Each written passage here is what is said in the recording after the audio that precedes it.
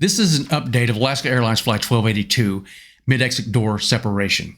On June 24th, 2025, the NTSB held a virtual meeting. We're going to look at notes from the meeting, a short video of the event as it occurred, images and an animation of the plug removal, where the damage was located that called for the removal of the plug, the recovered door and associated components which led to their findings. Here's a video recorded by a passenger on the plane at the time.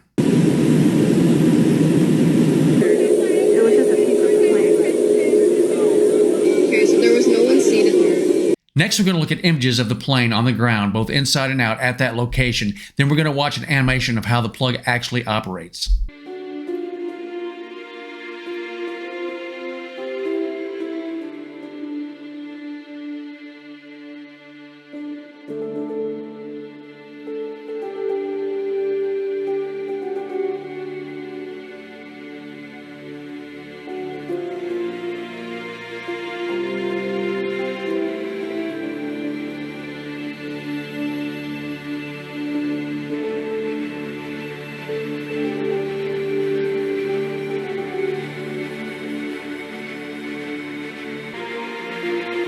When the fuselage arrived at the Boeing facility, it was written up that there were 5 rivets that needed to be replaced around the door frame. This image shows you the location of those rivets. This next diagram illustrates the locking feature that actually keeps this plug in place.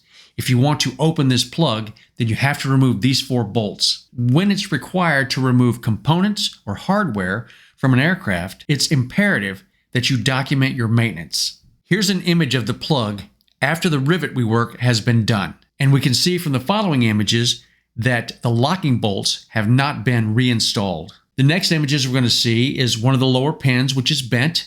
We're going to see one of the upper tracks, which has tear out, the locking mechanism for both of those sections. And we see there is no deformation, there is no wear.